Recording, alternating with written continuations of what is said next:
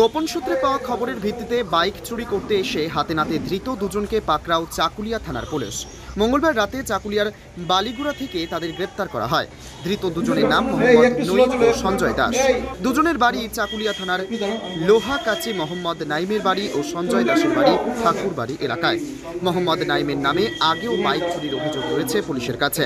ধৃত দুজনকে বুধবার ইসলামপুর মহকুমা আদালতে পেশ করা হয়। আদালতের কাছে 14 দিনের জন্য পুলিশি হেফাজত চেয়ে আবেদন করে।